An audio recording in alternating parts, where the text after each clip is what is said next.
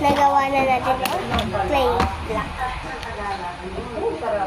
Hindi naman kailangan malaking kutsilyo. Ilang taon? Wow! Oh, wow! Ano sa dulce de leche? Eto. Ay, ang bango.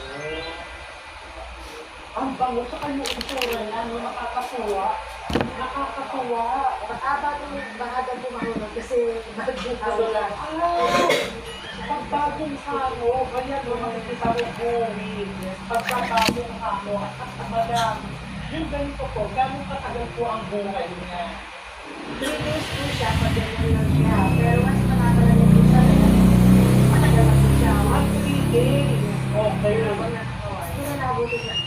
Huwag na po na ang magaling ng 3 days. Halika po. Kasi po ay pero mas po siya maparet, long na siya, safe na siya.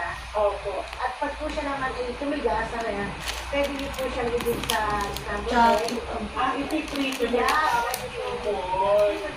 Pero pag bagong luto, pwede siya kainin ng diretso na. Okay, ma'am.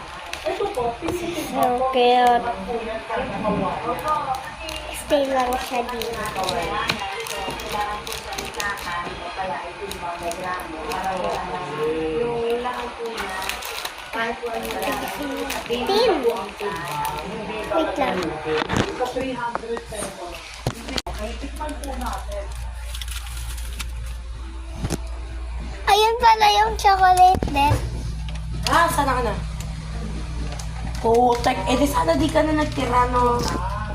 Ano po ang nilalagay dito? Nagpipili ka.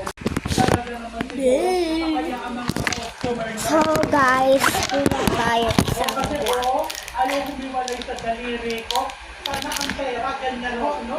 Hindi humiwalay. Kasi may ipiprepare pa tayo. hindi wala na lang. Explain po natin yan. Pinapatigas muna natin yun.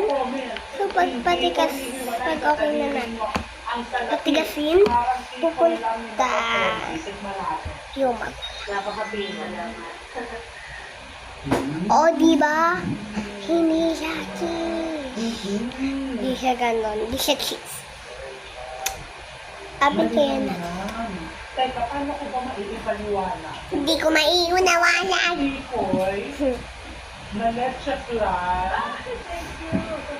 na yema, parang matamis siya na hindi ka matamis, hindi ka maumay.